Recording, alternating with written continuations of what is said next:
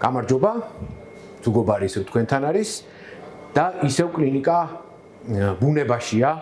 თქვენ თუ უყურეთ წინა გადაცემას, იქ ჩვენ ვისაუბრეთ დეჰელმინთიზაციაზე, ჭიებისგან და ეს მავნებელი არსებებისგან გათავისუფლებაზე და თქვენი კითხვებიდან გამომდინარე მივხვდი რომ უფრო პრაქტიკულად იყო ამ საკითხის გავლა აუცილებელი, ამიტომაც როგორც გითხარით დაუბრუნდით კლინიკა ბუნებაში და ახლა სწორედ ამ საკითხზე ვილაპარაკებთ. დავიწყოთ.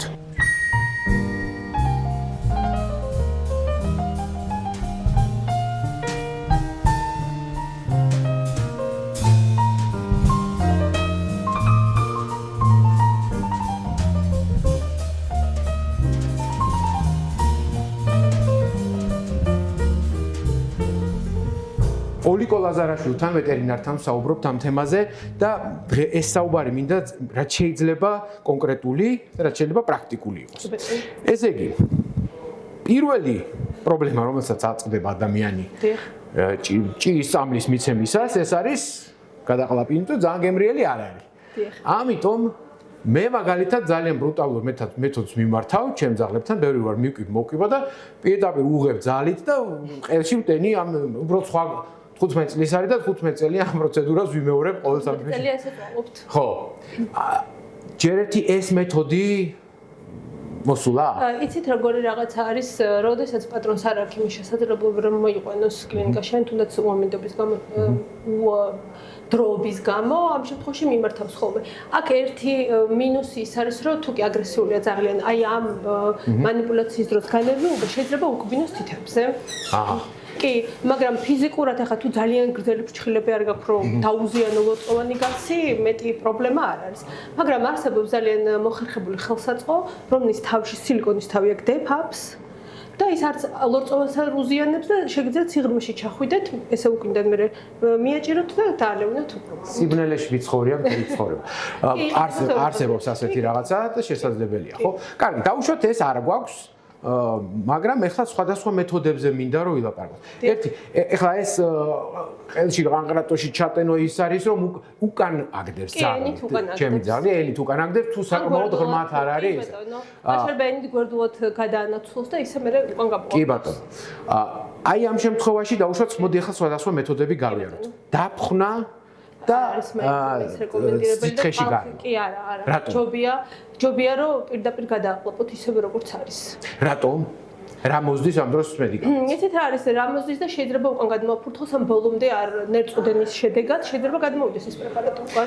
დავუშვათ შპრიცში ჩავასხით და ისე ავქენით, აქ რისი კითხვა აერიოს და მთლიანად ამოიღოს. თუმცა აბის დალევის შემთხვევაში შეიძლება ამოიღოს, მაგრამ ჯობია როგორც ინსტრუქციაში წერია, ზუსტად ისე მოვიქცე და ისე დავალევნოთ როგორც არის წესი და რიგი. და წყალში გახსნისას ეს რამე თვისებებს ხო არ დაკარგავს დავუშვათ. იცით რა არის, შეიძლება დაგეყაროთ და ვერც დანაყოთ კარგად.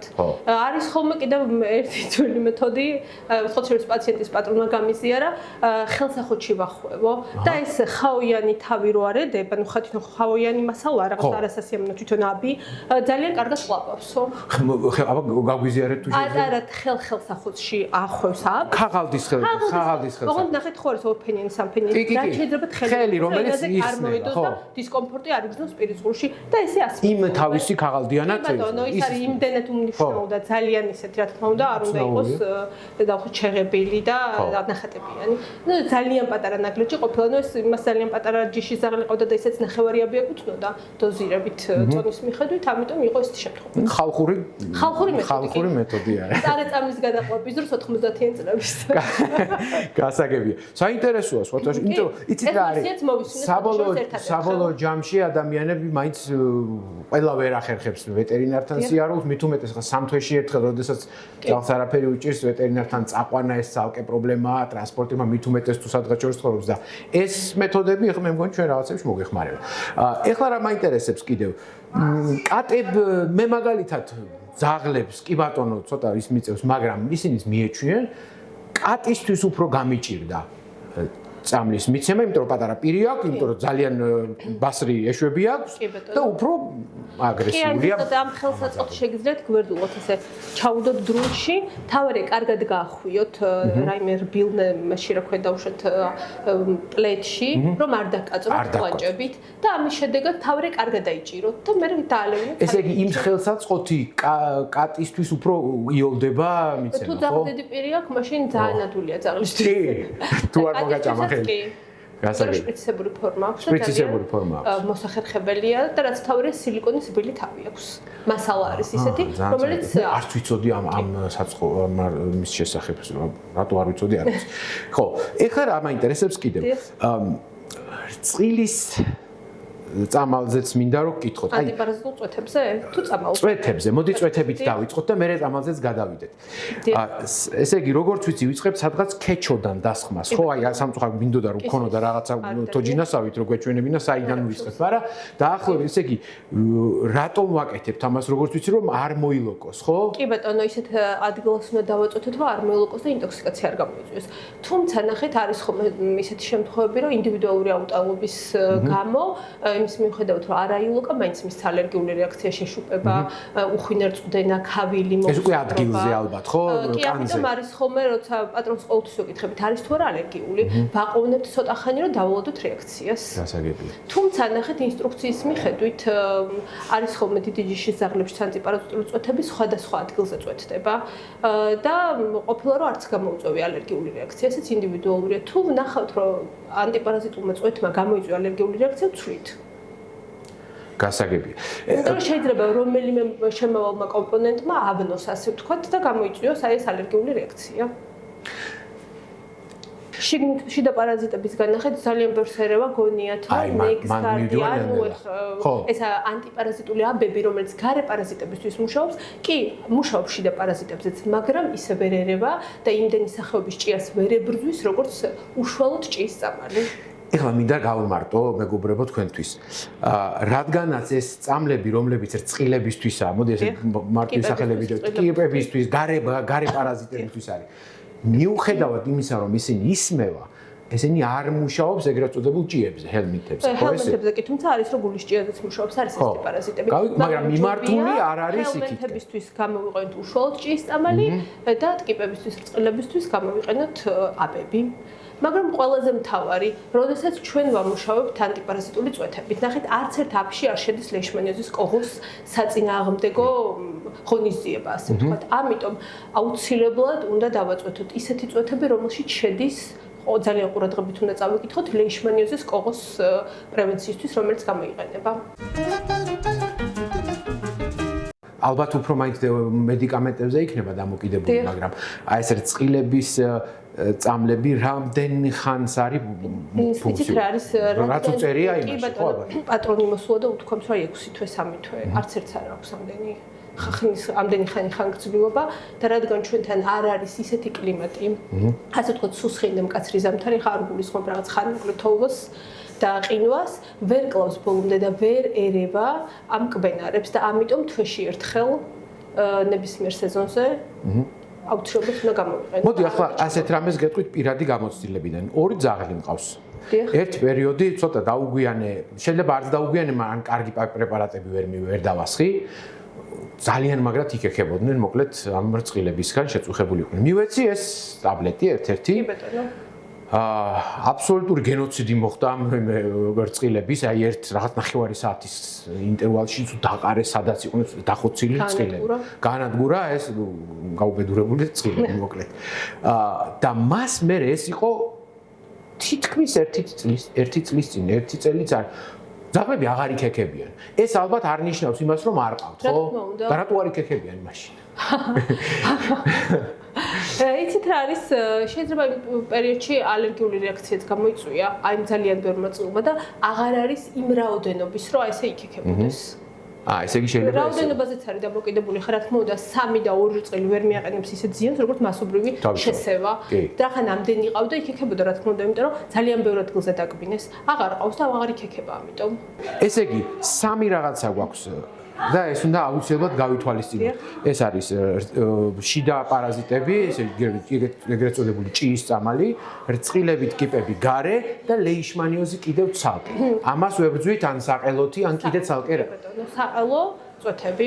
ლეიშმანიოზის კოღოზე მუშაობს მხოლოდ საყელო და წვეთები. არც ერთი აბი არ მუშაობს. არც ერთი აბი. არც ერთი აბი. აი ეს მინდა იცოდეთ ხაზგასმულად რომ და ლეკვებისთვის არის სპრეიც, რომელიც სიცოცხლის პირველივე დღეებში გამოიყენება და შეგვიძლია არის ხოლმე ხანდახან შეიძლება იპოვოს ადამიანმა ქუჩაში და არის ძალიან რწყილიანი, ძალიან ტილიანი ასე ვთქვათ, კი ყავს ძალიან ბევრი და ძალიან პატარა არის. ამ შემთხვევაში ძალიან კარგად მუშაობს ანტიპარაზიტული შამპუნი და სპრეი, რომელიც უნებელი არის.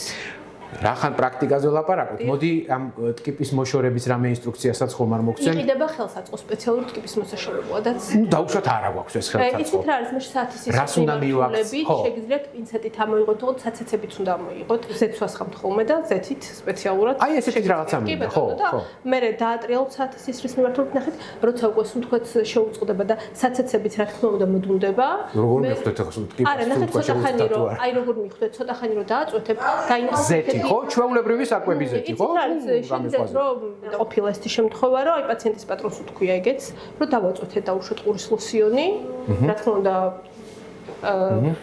ეხლა ყოველთვის შეიძლება არ ხონდეს. ან ადგილზე იყო ქუჩაში გაიყვანე, გაასერნე და უცებ დაინახე, რომ ყავს. კი. ამ შემთხვევაში მეტი გზა არ არის და თუ კი ადრე მიხვალ სახლში ადვილად ამოიღებ უფრო თუ არა და უნდა ეცადოთ რომ დაატრიალოთ საათის ისრის მიმართულებით და ამოიღოთ თუ არა და ვეტერინართან უნდა მიიღოთ აუცილებლად რომ საცეცები არ ჩარჩეს. საერთოდ ჯობია რომ მაინც შეამოწმებინოთ ვეტერინარს რომ რამე არ ჩარჩა შიგნით. აი შეშუპება თუ იქნება, სიწითლე თუ იქნება, ამოღების შედეგად. თუ ჩარჩა რა შეიძლება ამ შემთხვევაში? უკვე ინფიცირება მაინც წავიდეს მიუხედავად იმისა რომ ის დანარჩენი ნაწილი არის. თავარი არის რომ მოასწრებს კბენას და მე გასაგები. იმის მიუხედავად რომ ჩვენ შეიძლება გამოვიყენოთ საყელოთ, შეიძლება გამოვიყენოთ წვეთით, შეიძლება აბის კონდეს დალეული ძაღლს მაინც უკბინოს ტკიპა, იმიტომ რომ ის რომ არასდროს ტკიპა არ აყოლება ამ კბენარი, ეს არის მითი. აუცილებლად სეირნობის შემდეგ კარგად უნდა დავათვალიეროთ, განსაკუთრებით ისეთ ადგილზე, რაც ერთი შეხედვით არ ჩანს, ეს არის თათებს შორის, კუდის ქვემოთ, ყურებთან, ყურის ნიჟარაში და უნდა ვნახოთ ყავს თუ არა. რომ ადვილად და დროულად მივიღოთ ზომები იმის მოსაშორებლად. აი ესე მეგობრებო. გაითვალისწინეთ და ჯანმრთელი ძაღლი გეღოთ და კატაგორიულად. ერთს დავამატებ, რომ აუცილებლად ინსტრუქციის მიხედვით იმოქმედონ და იმუშაონ. იმიტომ რომ იმ ინსტრუქციის მიხედვით რაც წერია მედიკამენტზე. ეტიკეტზე რაც არის. მუშაობს ლეიშმანიოზის კოღოზე, არ მუშაობს, რამდენი ხანი აქვს ვადა, რომ არ შევიდნენ შეცდომაში. ყველას აქვს ინსტრუქცია. ძალიან დიდი მადლობა. უღრმესი მადლობა.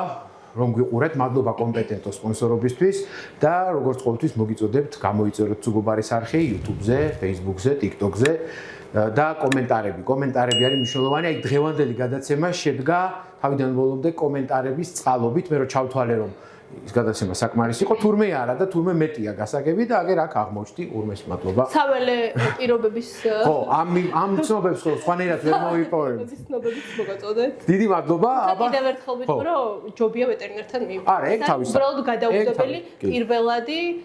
კი, მესმის. არა, ყველა ცოდნა კი ბატონო. გამოსადეგია. ისე როგორც ხელსახოცი. ეგ უკიდურეს შემთხვევაში. აბა კარგად იყავით. მადლობა. ნახვამდის.